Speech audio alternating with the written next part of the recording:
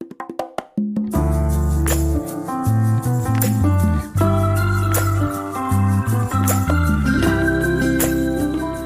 me, Naa Sydnia, and welcome to the community. Today, I want to talk to you about your soul. Yes, your soul.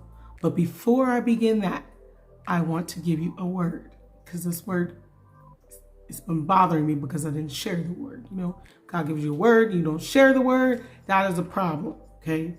So if you understand what I say, it's for you. If you don't understand anything I'm about to say, it's not for you, okay? All right. There's an A and B. Okay. This is A. If you are not someone's cup of tea, please do consider drinking tea with someone else.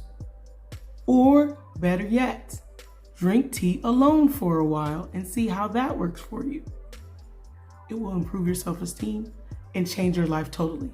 But even better still, try drinking tea with Jesus. Amen. That will change your life and save your soul. That's A. B. I'm going to start with this scripture. Psalm 23:1 of the NIV Bible reads as follows. The Lord is my shepherd. I shall not be in want. He restores my soul. He guides me in paths of righteousness for his name's sake. Even though I walk through the valley of the shadow of death, I will fear no evil, for you are with me. Your rod and your staff, they comfort me. Amen. It's not about death. The key I want to hone in on is he restores my soul. Who restores my soul? God, Jesus, he restores your soul. Not man, not some stuff you can do, not anything you can buy. God, he restores my soul. He restores your soul. So many people are leaving the faith, the Christian faith. What would they fail to understand? Their disgruntlement, their unhappiness, their issue has nothing to do with the faith. It's an issue of the soul, beloved, an issue of the soul. That sounds very dire because we need restoration for our souls, not to leave our faith, not to walk away and become distant from Jesus, because that's what you need least in the whole world, to walk away and become distant from Jesus, because Jesus, God, the Holy Spirit, the Trinity, they are the only ones that can restore your soul. When your soul is tired, exhausted, and weary, it is dying. It feels like you're dying inside, but you're alive, but life has no flavor. Nothing feels good. You are sad, you are depressed, and in some cases, you feel like unaliving yourself. Amen? So it is dire. Beloved, it is dire.